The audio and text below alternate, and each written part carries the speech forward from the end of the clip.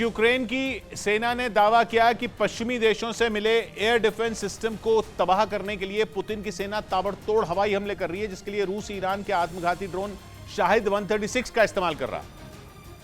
क्योंकि ईरान का ये एक ऐसा हथियार है जो न सिर्फ आसमान से मिसाइल दागने की ताकत रखता है, बल्कि खुद भी एक बम की तरह टारगेट पर फटता है। यूक्रेन की सेना का दावा है कि रूसी सेना के पास बड़ी संख्या में शाहिद 136 ड्रोन मौजूद हैं, जिससे वो लगातार कीव और उसके आसपास के इलाकों को निशाना बना रहा है।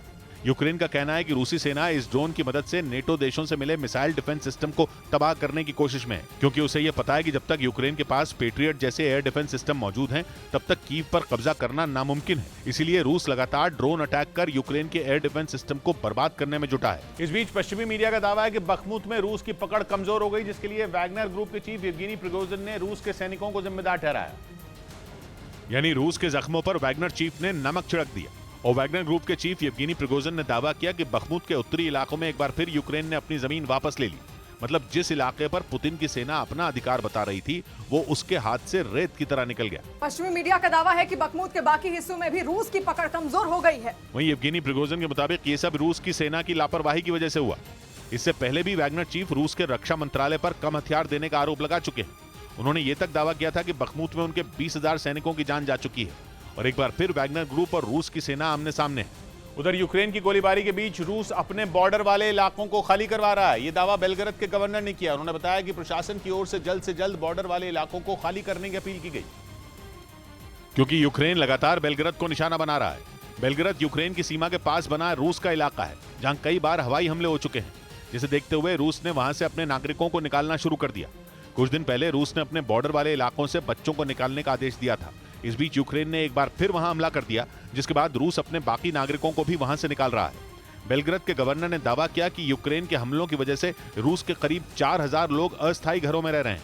इधर पटना में सरेआम हुई फायरिंग का एक हैरान करने वाला वीडियो सामने आया। मकान बनाने की वजह से दो पक्षों के बीच विवाद शुरू हुआ। वो लोग आपस में भिड़ गए। देखते देखते बात इतनी बढ़ गई कि मारपीट कर रहे लोगों ने ताबड़तोड़ फायरिंग शुरू कर दी, जिसका एक वीडियो सोशल मीडिया पर वायरल हो गया, जिसमें वहां मौजूद एक आदमी हवा में फायरिंग करता नजर आया, जिससे पूरा इलाका गोलियों की आवाज से थर्रा उठा। वहीं फायरिंग के बीच लोग एक दूसरे पर ईंट और पत्थर भी फेंकते दिखे। साथ ही लोगों ने डंडे बरसाने शुरू कर दिए और मकान बनाने की वजह से शुरू हुआ यह मामूली विवाद हिंसक हो गया, जिसमें 4 लोग घायल हो गए। पुलिस ने इस मामले में केस दर्ज कर लिया और वीडियो के आधार पर लोगों की पहचान में जुट गई। हालांकि न्यूज़ 18 इंडिया इस वायरल वीडियो की पुष्टि नहीं करता।